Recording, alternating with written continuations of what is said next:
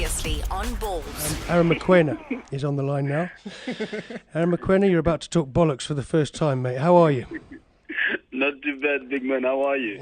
Mate, having lived in England for quite a few years and wowed the crowd at Pompey, at Portsmouth, where one of my homeland, actually, where I grew up until the age of 10, you know what Bollockz means. Bollockz, when you talk Bollockz, it can be a bad thing. When it's the dog's Bollockz, it can be a very good thing.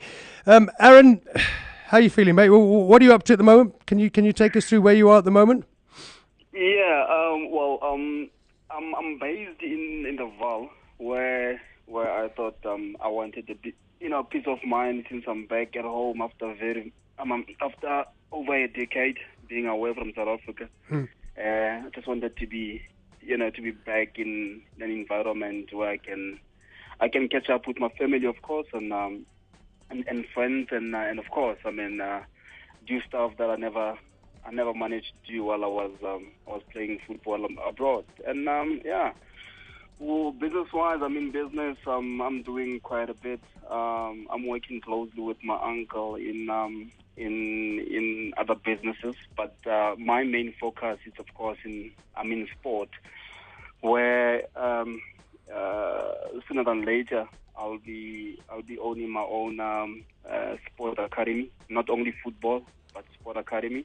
Cool. And of course, at this point in time, I'm so involved in my charity, Mokoena Foundation, which does a lot in poor people, helping poor people, mainly kids, really in schools. I've been doing a lot of motivational talks in companies. Yesterday, actually, I was in ABI to do a motivational talk. So yeah, it's a lot of stuff that I'm doing. But my main focus at the moment is it's Mokoena Foundation. Brilliant, Aaron. I know that there's plans to get you more involved in football. We always talk about Lucas Radebe, Philemon Masinga, and yourself, the most experienced ex-players that we have, all played overseas. I think under Danny Jordan, I'm hoping that to see more involvement for players like yourself. Guys, to my listeners and viewers, I went to Portsmouth. Aaron, you don't even know this. I went to Portsmouth with my son, who also now lives in South Africa, about 3-4 years ago.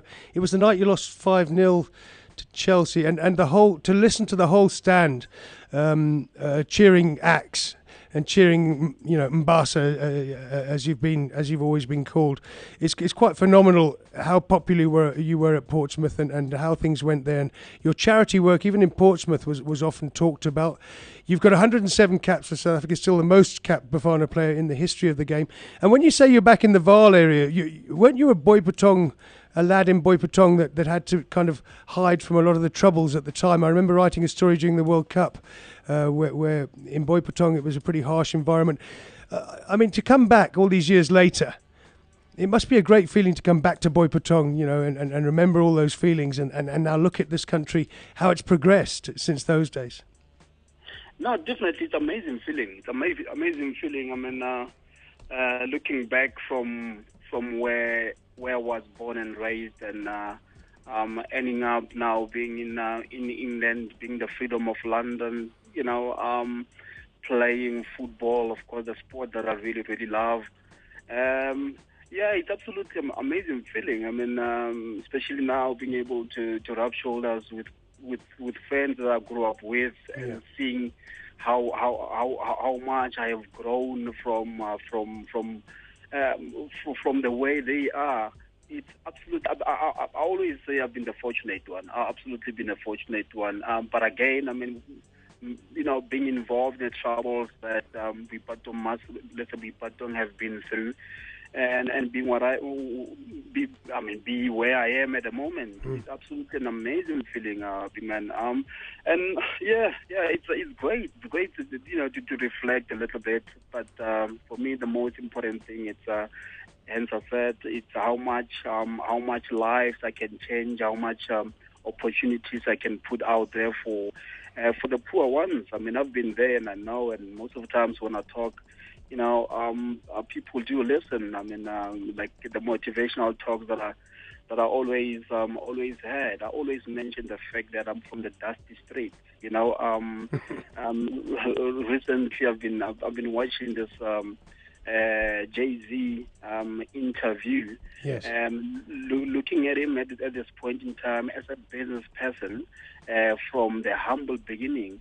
So it shows that really I've been the fortunate one. I mean, if the Jay-Z have have lived the life, almost a similar life that I have lived, and be where they are. I always tell people that it's possible. I mean, if we manage to do it, they can always do it. So it's absolutely an amazing feeling to be back home. And of course, I mean, sometimes it takes a little bit some time to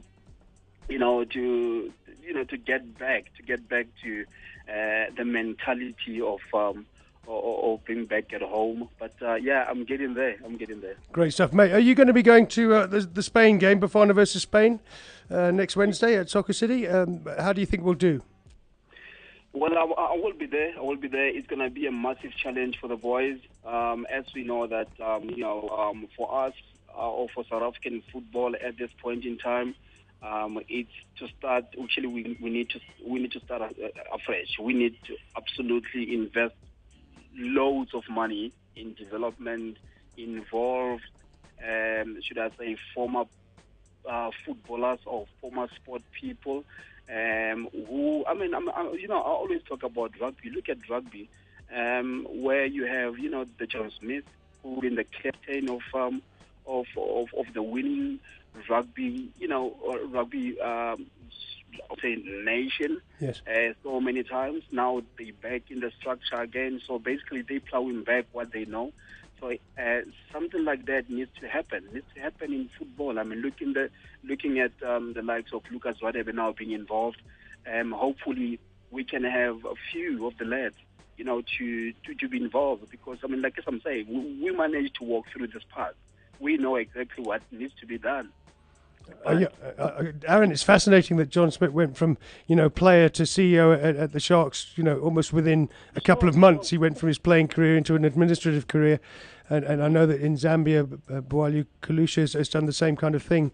It would be nice to see some of our old players, particularly the very successful ones like yourself, Philemon Masinga, Lucas Radebe, some of those guys getting involved and bringing their expertise that they learned overseas and in South Africa, bringing that to bear. But what about the result there, Aaron? Can we expect anything out of Spain with this Bafana side? Well, as I said, it's going to be very, very difficult. It's going to be a massive challenge for the guys, but a positive result out of that game will mean a lot. Will actually tend to judge ourselves actually where exactly are we internationally. I mean, we got to understand that we play against the number one, FIFA number one ranking national team. It's a great challenge. I mean, these are games that we need to play. Whether we lose or we win, that it's a chance for us to be able to judge ourselves. And that, I mean, we played Brazil recently, and the boys have performed very well, I would say. So this one, playing at home, it's going to be a big ask. But I'm telling you, I mean, for us, it's not about winning, it's not about losing. It's all about judging ourselves, actually gauging ourselves where exactly are we in international football. Yeah. Listen, Aaron, there's one really nasty question I have to ask you. Last week I was watching a game between Kaizer Chiefs and Wits.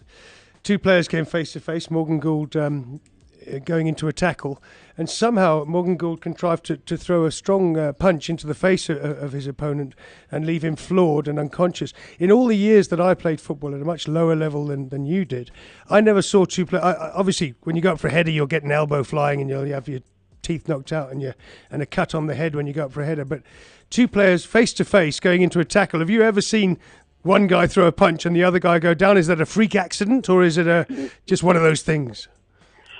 Well, I'm putting myself now in Morgan's shoes.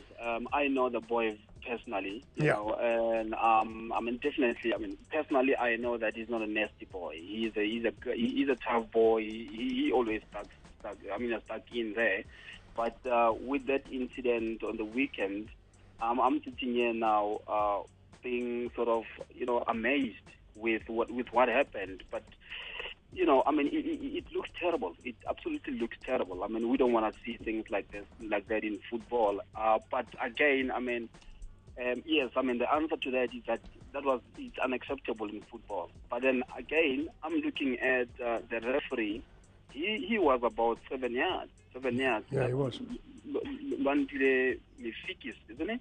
Yes, Mfiki was the referee. He was very close to the incident. He gave a foul, but didn't book or send him off for what looked like a punch. Sure, I'm looking at his distance. I'm looking at his eyes. I mean, he absolutely saw the incident. He's not far from the incident that we can say, let's give him the benefit of the doubt. That is an incident that we don't accept in football. But then, why do we have referees in the pitch? Exactly. He needs to make decisions. I mean, we're sitting here talking. I mean, of course, like I said, it's absolutely a terrible thing to see. More especially as Morgan Gold is playing for such a big team like Kaizer Chiefs. Kids are watching. Players who admire Morgan Gold are watching. We are watching, and tomorrow we'll be coaching kids and stuff like that. But the referees need to make tough decisions. I mean, needs to call tough decisions. I mean, anything could have happened to that little boy there with that left hook. I mean, it's unacceptable. But again, I mean, some people need to make, especially people in charge, need to make tough calls. Brilliant, Aaron.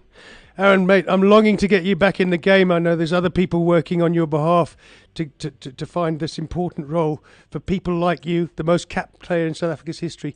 Get you back in the game, mate. And when that happens, I hope you'll speak to me again. I'll be there with you, mate. I'll be back in the game. Let me just, have time with my family, and the rest will follow. Great stuff, Aaron. Thanks for talking to us on Bollockz, mate. Look after yourself. Back in the game soon, mate. Cheers. See you, Aaron. Okay, mate.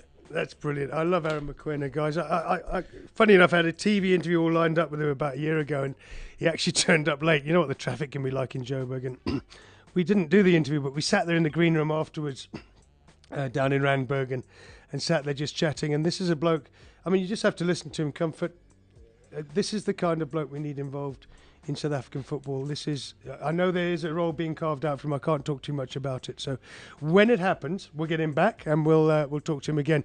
This is the lad who was brought up in Boipatong. His mother had to dress him in women's clothes when he was 11 or 12 to avoid the faction fighting that was going on at the time in Boipatong. He's back in the Vaal area. He's doing his bit for charity. His foundation is immense. He fights against gun use. He fights against crime. He's a brilliant bloke. And still a legend in Portsmouth and other parts of England. Great stuff, Aaron Mokoena. Visual Radio. Weekdays from 3 p.m. to 6 p.m. Central African Time. Radio like you've never seen it before. Balls.co.za